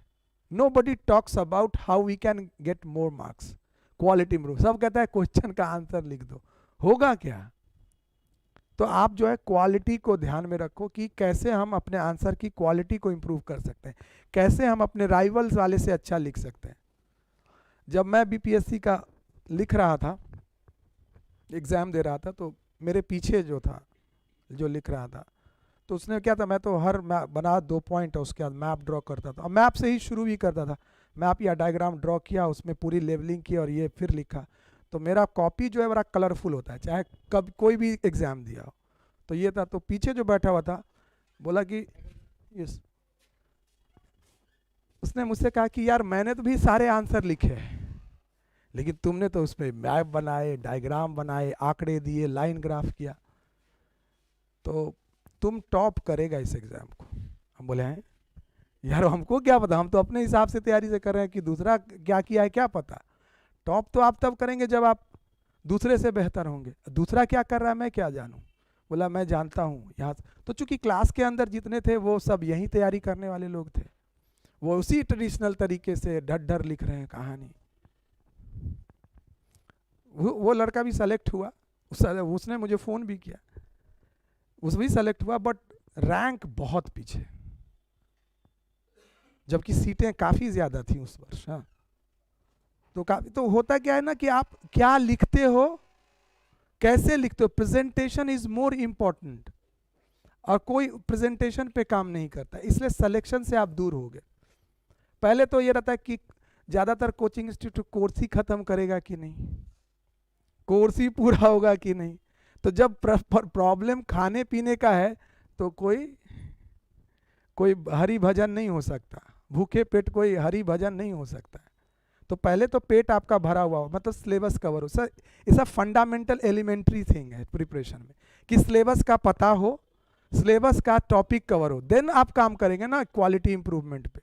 तो आप तो ये प्राइमरी लेवल पे ही फेल हो जाते। एजुकेशन की बात कब करें पढ़ाई लिखाई की, जब पेट भरा हो। मिड डे मील क्यों प्रारंभ किया गया मालूम है ना? किसी बच्चे ने कहा पढ़ के क्या होगा जब खाने को ही नहीं मिलेगा। तो कहा कि भाई अच्छा प्रॉब्लम ये है कि भूखे पेट हमको बड़ा अच्छा लगता है पढ़ो, लेकिन वो तो खाने के लिए सरवाइव कर रहा है। तो सेम सिमिलर जो है चीज़ें आपके तैयारी के लिए भी ट्रू है कि अगर आप स्ट्रगल कर रहे हैं कि टॉपिक ही नहीं पता है, क्वेश्चन क्या आ सकता है यही नहीं मालूम है, तो क्वालिटी इंप्रूवमेंट खाक होगा। यही चिंता है कि कैसे ये सारा टॉपिक कवर हो, ये चिंता की बात नहीं होना चाहिए। It should be covered normal basis पे कवर हो जाना चाहिए सारा टॉपिक। तो ये प्रॉब्लम है हमारे यहाँ ज़्यादातर स्टूडेंट्स की। दैट्स वाई हम लोग ज़्यादा अच्छा एग्जाम में नहीं कर पाते, रिजल्ट जो है वो हमारे यहाँ से नहीं हो पाता। अब थोड़ी चर्चा हम करते हैं कि इंडियन ज्योग्राफी का क्या। ये तो आपका हो गया, इस सेक्शन को बहुत अच्छे से करना है। एनसीईआरटी आज आपका कौन सा दिन हो गया? वेंसडे। तो वेंसडे हो गया। अब मुझे लगता है कि सब लोग एनसीईआरटी कितने लोगों ने पढ़ा? जितना मैंने कहा। जियोमॉर्फो कितने लोगों ने पढ़ लिया? क्लाइमेटो 3, क्लाइमेटो अभी तक नहीं हुआ। नहीं, कुछ लोग फास्ट पढ़ लेते हैं, जिनके लिए पहली बार है उनको थोड़ा दिक्कत हो रही होगी इतना तेजी से पढ़ना। लोग 66 जो दे रहे हैं उनको क्या है कि 1-2 दिन में खत्म कर लो। कौन कौन सा? जियोमॉर्फो, क्लाइमेटो, ओशनोग्राफी, बायोजोग्राफी मतलब soil and vegetation and environmental geography. NCERT में सारा दिया हुआ सारा टॉपिक आप कवर कर लो 1-2 दिनों तक। तो क्या होगा कि आपको टॉपिक का आइडिया है, आपने एक बार पढ़ लिया। अब जब हम शुरू करेंगे टॉपिक तो वो पढ़ा हुआ है, रेफरेंस मटेरियल पढ़ोगे तब आप आंसर लिख पाओगे, नहीं तो आंसर आपसे नहीं लिखा है। तो एनसीईआरटी का एक रीडिंग तो जरूरी है। उसके बाद जब आप टॉपिक उसको कर देंगे तो फिर second reading and reference material, तो आपका आंसर बिल्कुल आ जाएगा। तो हम लोग प्रारंभ करेंगे टॉपिक को, ठीक है, इस वीक से ही। थोड़ा सा इंडियन ज्योग्राफी चल, वो आसान है, लेकिन इंडियन ज्योग्राफी जो है ऑप्शनल पेपर का वो नेचर उसका अलग है। तो थोड़ी चर्चा करते हैं। एनसीईआरटी में बहुत सारी चीजें हैं, बहुत सारी चीजें नहीं हैं, फोकस क्या होना चाहिए उसकी चर्चा करते हैं। क्या आता है, टॉपिक्स क्या है?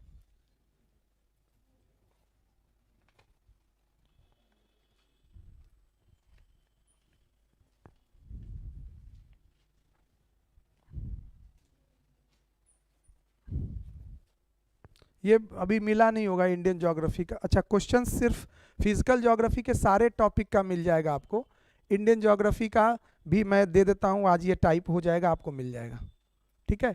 इंडियन ज्योग्राफी को सीरियसली लेने की जरूरत है क्योंकि 3 क्वेश्चन वहां से करना है, ठीक है। टॉपिक आसान है पर चैलेंजेज अलग हैं उसके। ऑप्शनल का भारत का भूगोल,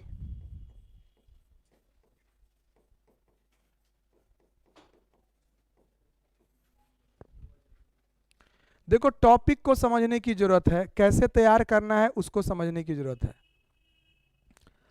ज्योग्राफी ऑफ इंडिया पे अगर आप देखोगे पहला जो टॉपिक है सेक्शन 2 है। ये सेक्शन 2 आता है, वो हमने चर्चा की सेक्शन 1 की।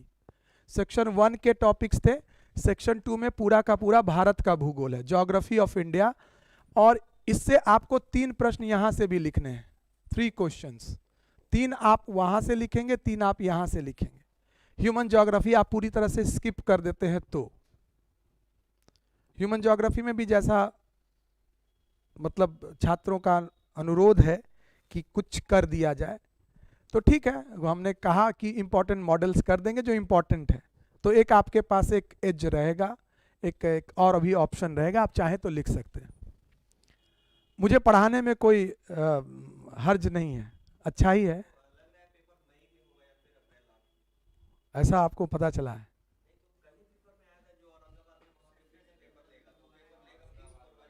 अच्छा, लीक हुआ था इसका मतलब है ना।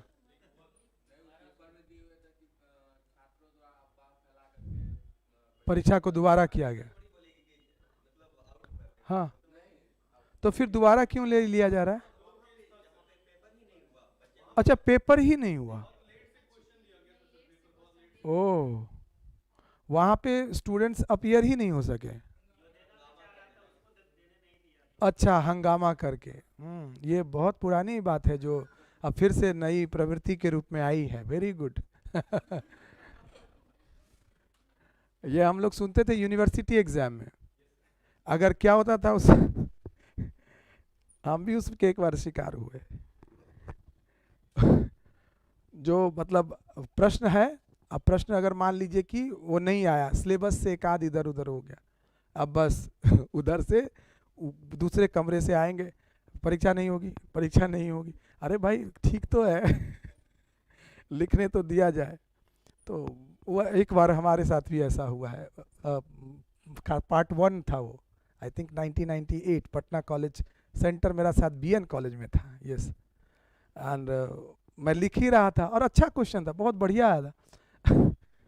कहते हैं सर जरूरत नहीं है। हम बोले जरूरत नहीं। तो वो परंपरा अब भी अब कॉम्पिटिटिव एग्जाम तक पहुंच गया। ये वायरस बड़ा वायरुलेंट है।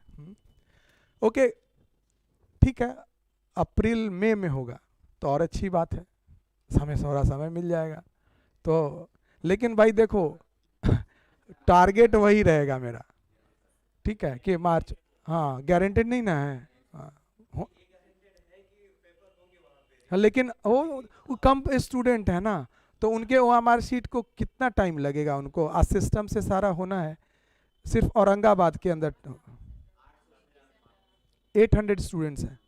हाँ, तो कर लेंगे, ठीक है, ठीक है। हम लोगों को इसलिए बहुत होपफुल नहीं होना है, हाँ? नहीं तो हमारी तैयारी का जो मोशन है वो इफेक्ट हो जाए।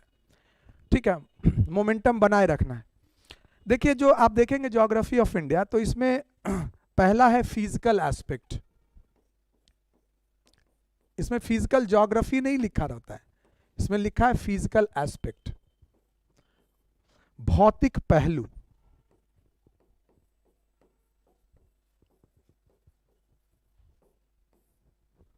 और भौतिक पहलू में 4 टॉपिक हैं, 4-5 टॉपिक हैं, जिसको देखिए। एक तो है जियोलॉजिकल हिस्ट्री, ये पूछता है, कई बार पूछा गया है, जियोलॉजिकल हिस्ट्री।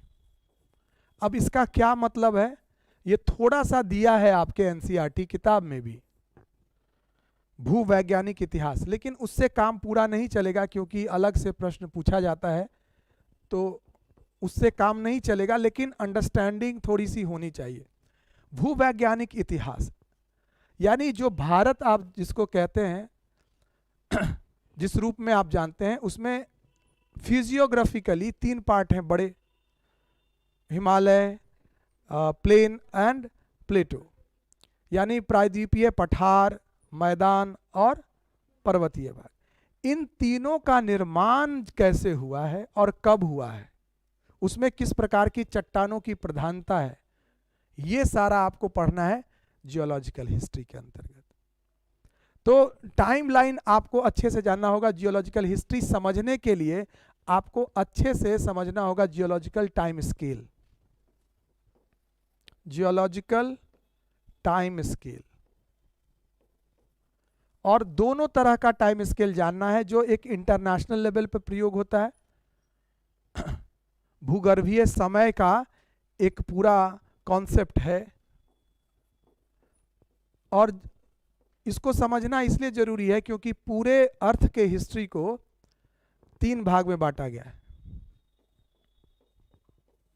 बड़े बड़े कालखंड में बांटा गया है, Palaeozoic, Mesozoic and Cenozoic. Palaeozoic का मतलब हुआ पूरा कल्प या पुराजीवी कल्प, इसको लाइफ शुरू हो गया पुराजीवी कल्प से। एंशिएंट जो कहते हैं प्राइमोर्डियल लाइफ फॉर्म्स हैं, वो आपको कहाँ दिखेंगे, प्राइमोर्डियल लाइफ फॉर्म्स आपको दिखेंगे पैलियोजोइक पुराजीवी कल्प कहते हैं। लाइफ शुरू हुआ इसी टाइम में। मेसोजोइक का मतलब हुआ मध्यजीवी कल्प। और सेनोजोइक, ये मिलेगा, एनसीईआरटी पढ़िएगा ये सब बातें। अगर जियोलॉजिकल टाइम समझना हो तो फिजिकल ज्योग्राफी में भी थोड़ा सा पहले ये दिया गया है। कॉन्टिनेंटल ड्रिफ्ट थ्योरी के पहले जियोलॉजिकल टाइम स्केल एनसीईआरटी में भी है। ये आपको मिलेगा कहाँ? Physical geography, fundamental principles of physical geography, भौतिक भूगोल के सिद्धांत, जहाँ से जियोमॉर्फोलॉजी पढ़ रहे हैं उसमें ये मिलेगा आपको। पैलियोजोइक, मेसोजोइक और सेनोजोइक, इसको कहते हैं नवजीवी या नूतन जीवी कल्प। ये मॉडर्न टाइम, एक तरह से कहते हैं ना एंशिएंट, मिडाइवल और मॉडर्न। तो उसी तरह से पूरा जो जियोलॉजिकल हिस्ट्री है अर्थ का, उसको 3 खंडों में बांटा गया है। ठीक है, इन 3 बड़े खंडों को भी फिर छोटे छोटे खंडों में बांटा गया है। पर जो शुरू होता है, आप देखिएगा पैलियोजोइक से पहले क्या था? लाइफ शुरू हुआ ना, बट अर्थ का फॉर्मेशन का हिस्ट्री तो उसके पहले भी है। लेकिन देखिए प्रॉब्लम क्या है, जैसे हिस्ट्री में क्या पढ़ते हैं, है ना, कि जो प्रोटो हिस्ट्री है, जब का कोई एविडेंस नहीं है, कोई प्रमाण नहीं है, वैसा भी इतिहास है।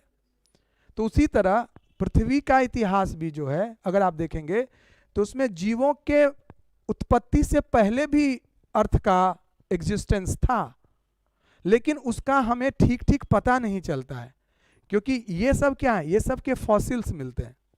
पैलियोजोइक पीरियड में जो जीव थे उनके फॉसिल्स अभी भी चट्टानों में जो है उसके एविडेंस हैं, and on the basis of that we can say कि पैलियोजोइक में कैसा लाइफ फॉर्म था, मेसोजोइक में क्या था। जैसे आज के डेट में देखते हैं कि वो जुरासिक पार्क जो फिल्म बनी थी, वो किस डायनासोर, एक टाइम में मेसोजोइक में, जैसे ह्यूमन बीइंग का बोलबाला है ना आज के समय में पृथ्वी पर, तो यहाँ जो लाइफ फॉर्म का बोलबाला था खासकर मेसोजोइक पीरियड में, खासकर उसके अंदर एक पीरियड ही है जिसका नाम है जुरासिक, उसी के नाम पर जुरासिक पार्क बना है।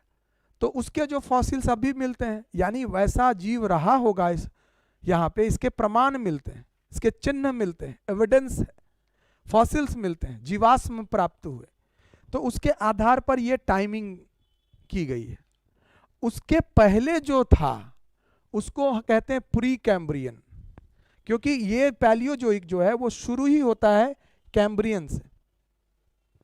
तो इसके पहले जो था वो क्या है? Pre Cambrian. और भी एक नाम है आर्कियन। ये सब प्री कैम्ब्रियन का मतलब क्या हुआ? पैलियोजोइक से भी पहले। बस ये बात ध्यान रखें, अभी हम आएंगे जब तो आपको अच्छे से बताएंगे कि प्री कैम्ब्रियन के अंतर्गत बहुत सारा है, इसके अंदर भी डिवीजन है। ठीक है, तो उसकी हम लोग प्रोटोजोइक, आर्कियन, उस सब प्री कैम्ब्रियन के अंतर्गत भी छोटे छोटे कालखंड हैं। आर्कियन उसमें और पुराना कहिए, प्री कैम्ब्रियन के अंदर जो सबसे पुराना पार्ट है वो आर्कियन है। ठीक है, तो प्री कैम्ब्रियन में तो टोटल आ गया, Archean is the part of that pre Cambrian, and Archean is the oldest pre Cambrian you can say. सबसे पुराना प्री कैम्ब्रियन के अंदर भी आर्कियन है। जो आपका पेनिनसुलर इंडिया बना है उसी का, हाँ प्री कैम्ब्रियन, प्री कैम्ब्रियन उसमें एक आर्कियन भी है और उसके अंदर प्रोटेरोजोइक भी है।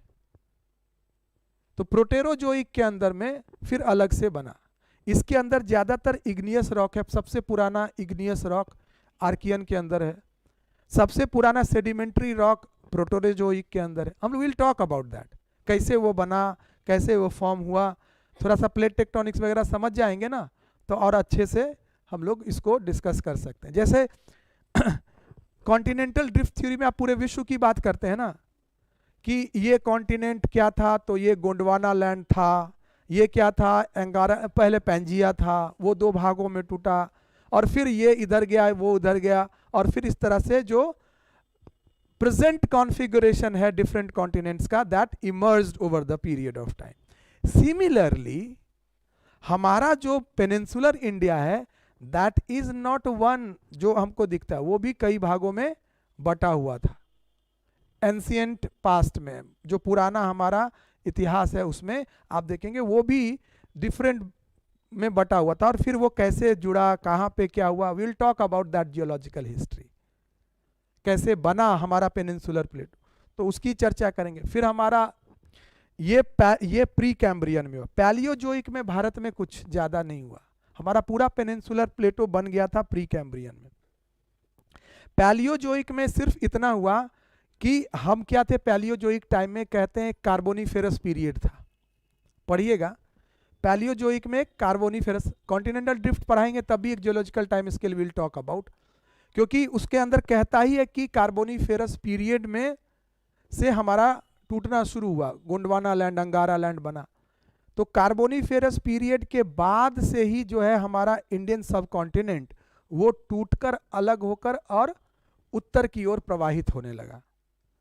और मेसोजोइक पीरियड आते आते आप देखिएगा कि वो पहुंच गया था मेडागास्कर, जहां पर आज है, जहां पे रीयूनियन द्वीप है, वहां पहुंच गया था।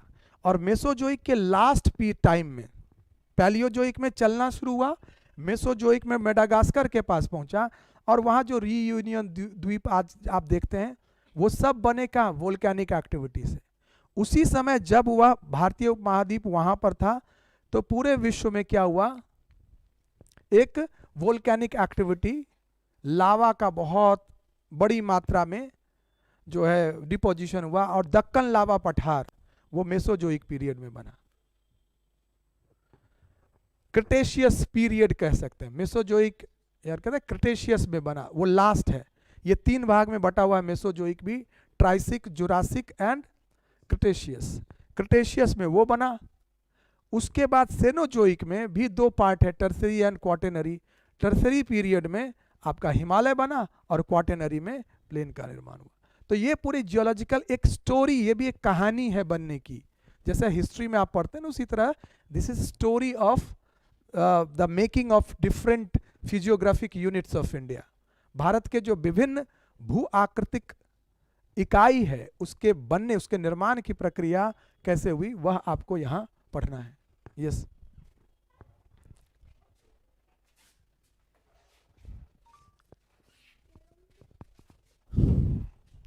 तो जियोलॉजिकल टाइम स्केल का, लेकिन अब देखो यहां एक बात और है, this is good for common understanding.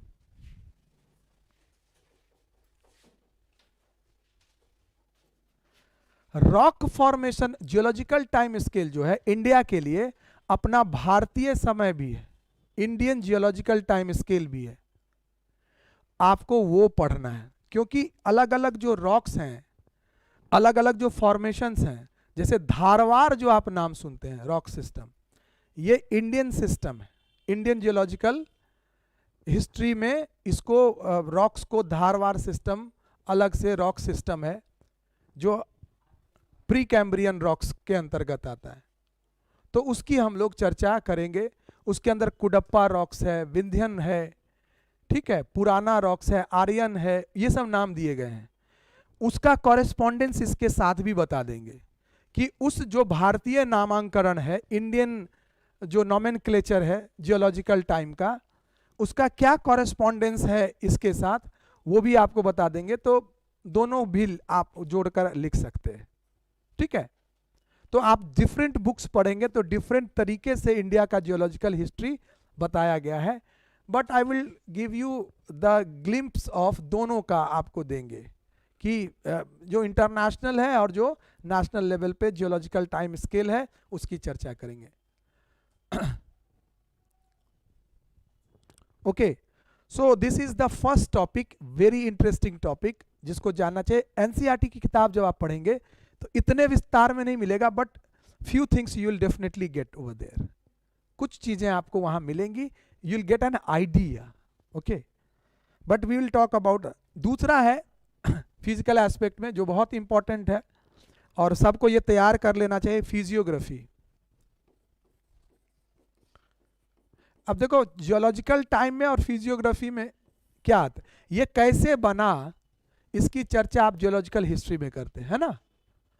किस तरह की चट्टान बनी, कहाँ पे मिलता है, कॉन्सेंट्रेशन कहाँ है, all these things we talk about in geological history of. अब जो ये फिजियोग्राफी है इसको आप पढ़ो, जैसे आप माउंटेन पढ़ते हो, कैसे पढ़ना है, जैसे आप प्लेटो पढ़ते हो, पेनिनसुलर प्लेटो, प्लेटो का मतलब पेनिनसुलर प्लेटो, और प्लेन मतलब नॉर्दर्न प्लेन, जस्ट मैं ऐसे लिख रहा हूं, माउंटेन, प्लेटो, प्लेन। पहला प्रश्न जो है हर समय आता है, जैसे माउंटेन में क्या है, हिमालय, तो पूछेगा हिमालय कैसे बना, ओरिजिन ऑफ हिमालय, एनसीईआरटी में भी दिया हुआ है, इसको जरूर पढ़ो, ये क्वेश्चन पूछा जाता है। हिमालय की उत्पत्ति कैसे हुई, किस सिद्धांत से, तो प्लेट टेक्टोनिक्स कहां पढ़ेंगे हम लोग, पेपर 1 में, अप्लाई यहां भी करना है, ठीक है, प्लेट टेक्टोनिक्स को करिए। और भी कोई थ्योरी है जो हिमालय को एक्सप्लेन करता है, उसको भी बताइए, ठीक है। तो हमेशा आता है origin of Himalaya, evolution of Himalaya, किस कैसे बना, क्या उस प्रोसेस था। दूसरा जो माउंटेन से क्वेश्चन आता है वो सिंपल आता है, इसके कैरेक्टरिस्टिक फीचर्स, कि जो माउंटेन है उसमें कौन कौन सा रेंज है, कौन कौन सी वैली है, ठीक है, कितना एवरेज हाइट है, इंपॉर्टेंट घाटियों का अगर निर्माण हुआ तो उसका नाम बताइए, रिवर्स अगर उससे फ्लो करती हैं तो ये बताइए, उसके अंदर यह भी बताइए कि कौन कौन सा, जैसे आप पेपर 1 में पढ़ते, नदी के द्वारा अनेक अनेक जो है लैंड फॉर्म्स बने हैं, तो उस लैंड फॉर्म्स की बात करिए, लैंड फॉर्म्स बताइए, रिलीफ बताइए, रिलीफ का मतलब ऊंचाई नीचाई, ये बताइए। तो ये माउंटेन का कैरेक्टरिस्टिक फीचर होता है। उसी तरह प्लेटो, तो उसको छोटे छोटे यूनिट में बांटकर हिमालय की बात कर सकते हैं, इसके अंदर ग्लेशियर्स की बात करिए, इंपॉर्टेंट है, पासेज की बात करिए, जो इसका इंपॉर्टेंस है, यस, तो इसके फीचर्स बताइए और इसका इंपॉर्टेंस भी थोड़ा सा लिखना चाहिए, क्योंकि कभी कभी आता है सिंपल कि भारत को प्रमुख भू आकृतिक प्रदेशों में बांटिए और उसका वर्णन कीजिए, सिंपल क्वेश्चन। भारत को विभिन्न जो है भू आकृतिक प्रदेशों में बांटकर किसी एक भू आकृतिक प्रदेश की विस्तार से चर्चा कीजिए, ऐसा भी प्रश्न पूछा जाता है। तो ब्रॉड लेवल पे आप 3 भू आकृतिक प्रदेश में बांट सकते हैं, ब्रॉडली ये 3 है। इसके अलावा क्या है, इसके अलावा अगर आप अलग से भी छोटा माइनर फिजियोग्राफिक यूनिट्स है, डेजर्ट यानी मरुस्थल, दूसरा है कोस्टल प्लेन, देखिए 3 जो हैं वो मेजर हैं, किसी का विस्तार से पूछेगा तो ये, और थोड़ा थोड़ा इसका भी लिखना है, तटीय मैदान, और छठा क्या है, द्वीप समूह जो है, आइलैंड्स। तो फिजियोग्राफिकली भारत को 3 मेजर और 3 माइनर में बांटा जाता है। 3 मेजर फिजियोग्राफिक यूनिट है, मुख्य भू आकृतिक प्रदेश हैं, और 3 जो हैं वो आप गौण या छोटे भू आकृतिक प्रदेश, जैसे डेजर्ट है, कोस्टल प्लेन है, आइलैंड्स हैं, यही 6 में बांटा गया। इन 3 को विस्तार से पढ़िए, इसके बारे में थोड़ा थोड़ा जानकारी, थोड़ी थोड़ी जानकारी रखिए। प्लेटो के अंदर भी है, बना कैसे, क्या कॉन्फ़िगरेशन है, कौन कौन सा पर्वत है बीच में छोटे छोटे, उसकी क्या ऊंचाई है, कहाँ कौन सा रिवर का ओरिजिनेट कहाँ करता है, स्लोप किधर है, तो यानी आपको हमेशा इन सब चीज़ों, एवरेज हाइट कितना है, ये सब लिखना है, और मानचित्र मैप पे इसको दिखाना है। सिमिलरली प्लेन का है, प्लेन का निर्माण कैसे हुआ, इसको कितने छोटे छोटे पार्ट में प्लेन को बांट के देखना है, जैसे सिंधु गंगा, गंगा का मैदान, सिंधु का मैदान अलग, गंगा का मैदान अलग, असम का मैदान अलग, इस तरह से आप नॉर्दर्न प्लेन को बांटेंगे और उसकी फिर उसकी फिजियोग्राफिक विशेषताएं बताएंगे, ठीक है, कि उसमें क्या क्या बनता है प्लेन के अंदर। तो प्लेन के अंदर जो है बहुत सारी आकृतियां बनती हैं जिसकी चर्चा आप कर सकते हैं, जैसे भावर है, तराई है, जो पिछले क्लास में जो हमने चर्चा भी की थी जीएस के अंतर्गत कि खादर बांगर एंड ऑल दैट, उसके अंदर और भी नेचुरल लेवी बनती है, फ्लड प्लेन का निर्माण होता है। तो ये सारी बातें आप इसके अंदर लिखिएगा और पढ़ना है। तो एक बार आप पढ़िएगा तो ये सारी चीज़ें आपको मिल जाएंगी। और फिजिकल एस्पेक्ट और जियोलॉजिकल हिस्ट्री दोनों जुड़ा हुआ भी है, there is a inter relationship between. क्योंकि एक बार प्रश्न पूछा गया था, लोग क्या करते कि इसको कहते स्ट्रक्चर, इसको कहते physiography, structure and physiography of India. ये कहीं भी आप देखेंगे मिलेगा, पुराना सिलेबस यूपीएससी का भी यही लिखा हुआ है, बीपीएससी में ऐसा है, लेकिन लिखा रहेगा यही structure and physiography of India. इसका मतलब ये हुआ, एक में आपको जियोलॉजिकल हिस्ट्री है और एक में उसका फिजियोग्राफिक कैरेक्टरिस्टिक्स है। एक बार प्रश्न दोनों को जोड़कर भी पूछा गया कि what is the impact of structure on physiography of India. तो ना तो वो स्ट्रक्चर पूछा ना फिजियोग्राफी पूछा, दोनों को जोड़कर प्रश्न पूछा गया। तो इसको लिखने का तरीका जो है थोड़ा भिन्न होता है, परंतु आप किताब में इसको बिल्कुल पढ़िए, जियोलॉजिकल हिस्ट्री और फिजियोग्राफी कल पढ़ करके आइए। तो हम आपको चूंकि इसमें तो बहुत ज़्यादा परेशानी की बात है नहीं, तो हम आपको ये बताएंगे कि किस प्रकार के प्रश्न इससे पूछे जाते हैं। ठीक है, फिजियोग्राफी एंड जियोलॉजिकल हिस्ट्री। और बाकी जो इसके टॉपिक्स है ज्योग्राफी ऑफ इंडिया के, उसकी चर्चा भी हम कल करेंगे। और प्रीवियस ईयर के क्वेश्चंस जो हैं वह भी आपको दे देंगे, उसका जानना बहुत ज़रूरी है। क्योंकि जो क्वेश्चन पूछा जाता है, अगर आप ध्यान से देखिएगा तो एक प्रश्न के दो हिस्से होते हैं, और इतना पूरा फिजिकल एस्पेक्ट पढ़ के जाइएगा, जैसे geological history, physiography, monsoon, drainage और सॉइल एंड वेजिटेशन, इतना है। इन चारों से मिलकर एक प्रश्न बनता है, यानी इतना पढ़ेंगे तो 25 नंबर का तैयार होगा, ये मैं आपको बता दूं। तो पिछली बार जो प्रश्न का पैटर्न रहा है, कभी सॉइल पूछता है, कभी लैंडफॉर्म पूछता है, कभी फिजियोग्राफी पूछता है। ठीक है, ये फिक्स है, कभी होगा कि फिजियोग्राफी पूछ देगा तो कभी सॉइल पूछ देगा। इस बार मॉनसून पूछा, तो अब मुझे लगता है कि इस बार जो है ज़्यादा आप लोग अच्छे से करके अगर जाना है तो अपवाह तंत्र नहीं आया है, ड्रेनेज सिस्टम इसके अंदर है। तो इस बार मैं ड्रेनेज सिस्टम को ज़्यादा विस्तार से बताऊंगा। ड्रेनेज सिस्टम कैसा क्या है कि हिमालयन जो रिवर्स हैं और पेनिनसुलर जो रिवर्स हैं वो मार्केडली डिफरेंट है, दोनों में बहुत अंतर है। एंड व्हाट इज द किस तरह से अंतर आप दोनों में पाते हैं उन नदियों में, तो उसके अनेक आधार हैं। There are different basis on which we can differentiate between two drainage system. तो ये दोनों सिस्टम की हम लोग विशेष चर्चा करेंगे। और प्रश्न मुझे लगता है कि आपका जो 66th परीक्षा है उसमें मैंने देखा फिजियोग्राफी कई बार पूछा, सॉइल पूछा है, ड्रेनेज बहुत दिन से नहीं पूछा है। तो पढ़ेंगे सारा टॉपिक, ड्रेनेज को थोड़ा सा अच्छे से करके जाएंगे, क्योंकि मुझे लगता है बहुत दिनों से नहीं आया उस टॉपिक से, तो सवाल वहाँ से पूछा जा सकता है। तो एक बार आप इसको पढ़िए, फिजिकल एस्पेक्ट में जियोलॉजी और जियोलॉजी और फिजियोग्राफी ये दोनों आप पढ़ के आइए। तो हम फिर आगे की चर्चा भी करेंगे कि और क्या टॉपिक है जिस पर आपका ध्यान होना चाहिए। और पढ़ने वक्त एक चीज़ का ध्यान रखना है कि मानचित्र को देखते जाना है, मैप को। जैसे आप माउंटेन पढ़ रहे हैं तो माउंटेन पढ़ें तो देखें माउंटेन को भी, उसका क्या अलाइनमेंट है। मैं देखता हूं कि अक्सर मानचित्र बनाने में आपको तकलीफ होती है, वो इसलिए होती है क्योंकि माउंटेन पर मैप पे थोड़ा समय बिताइए, पढ़िए भी और उस पर थोड़ा समय बिताइए कि वो कहाँ से कहाँ जा रहा है, उसका क्या आकार है। ठीक है, तो शेप कम से कम दिखना चाहिए वो। अब मान लीजिए ग्रेट हिमालय भी ऐसे, ग्रेट हिमालय जो है ऐसा आर्क शेप का है और लगातार है, लेकिन लघु हिमालय लगातार नहीं है, ब्रेक है। अब उसको भी आप बना दीजिएगा ऐसे तो वो गड़बड़ हो जाएगा। ठीक है, तो इसीलिए करें कि तो थोड़ा टाइम आप जरूर बिताइए।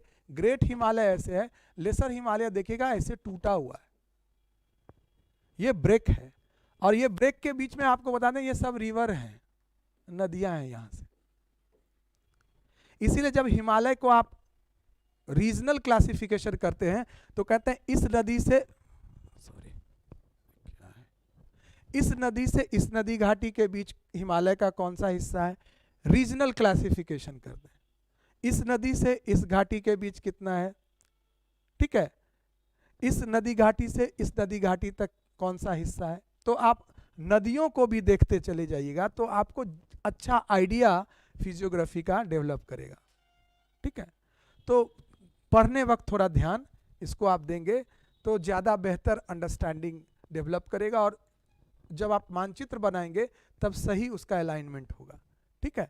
तो आप लोग ये काम करके आइए, तो कल हम लोग फिर से चर्चा इस पर करेंगे कि और क्या इसके अंतर्गत आपको पढ़ना है, जिस पर ध्यान देने की। ड्रेनेज अच्छे से पढ़ना है इस बार। हाँ हाँ, नेक्स्ट क्लास मेरा ही है, अभी हम लोग जीएस की बात करेंगे।